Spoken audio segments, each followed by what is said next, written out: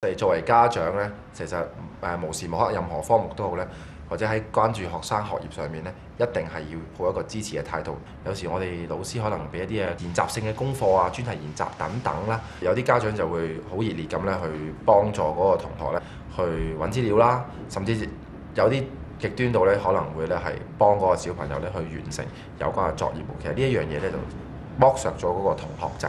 佢自己去探索、去嘗試嘅一個機會。各樣嘢有時都可以嘗試，大家互相交流溝通。其實通識呢一科呢，唔係話由中學開始嘅，可以譬如話喺小朋友細個嗰陣時呢，係一啲態度嘅抉擇啦，問個細路仔嘅意見啦，佢點樣咁樣揀啊？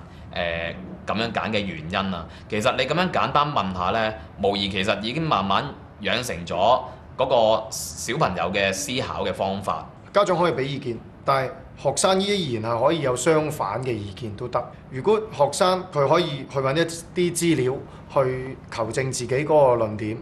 家長一樣可以去揾一啲資料，同學生一樣去擺喺度，一路去想，一路去求證一個論點。老師亦都可以俾一方面嘅意見，咁個學生先至會係最豐富咁樣去想，同學生都係一個討論者嘅關係係最理想嘅。帶佢出去，去唔同嘅地方，有啲可能去旅行，或者去參觀香港其他唔同嘅可能係博物館啊、